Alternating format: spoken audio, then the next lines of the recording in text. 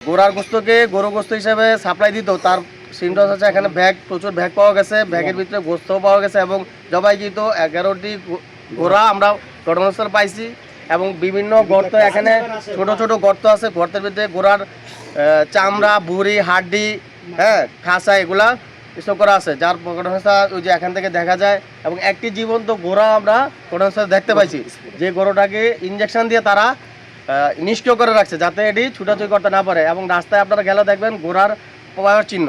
আমরা অনেকদিন ধরে শুনি এই জায়গায় ঘোড়া জব হয়, তো আমরা উৎপেতে থাকি যে এটাকে আমরা যেমবে হোক এটা নিয়ন্ত্রণ করবো। তো আমরা অনেকদিন আসা যাওয়া করি কিন্তু পাই না। আজকে যখন সকালে বড় ফজর নামাজ পড়ে আমি বাসাতে বাড়িছি, তো আমার এক ছোটো ভাই বসুন্ধরাতে বাড়িয়ে গেছে, সে বিয়া বলতেছে ভাই ওখানে 10-15টা ঘোড়া জব। তো আমরা গ্রামবাসী কিছু লোক আসা দেখি এই জায়গায় অনেক ঘোড়া, আমাদের টের পেয়ে ওই লোকগুঞ্জরে তারা যার যন্ত্রপাতি নিয়ে সে পলাই গেছে।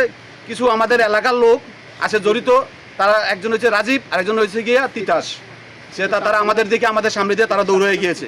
আমরা দীর্ঘদিন যাবৎ শুনতেছি যে বসুন্ধরার পাশে কবরস্থানের সংলগ্ন অনেকগুলো ঘোড়া জব হয়, তো কখনো আমরা সচক্ষে দেখিনি। আজকে সকালবেলা গ্রামের মানুষজন এখানে যখন আসছে, আইসা দেখে যে সরাসরি ঘোড়া জবাই হতেছে এবং ওরা এগুলো বস্তাবন্দি করতেছে।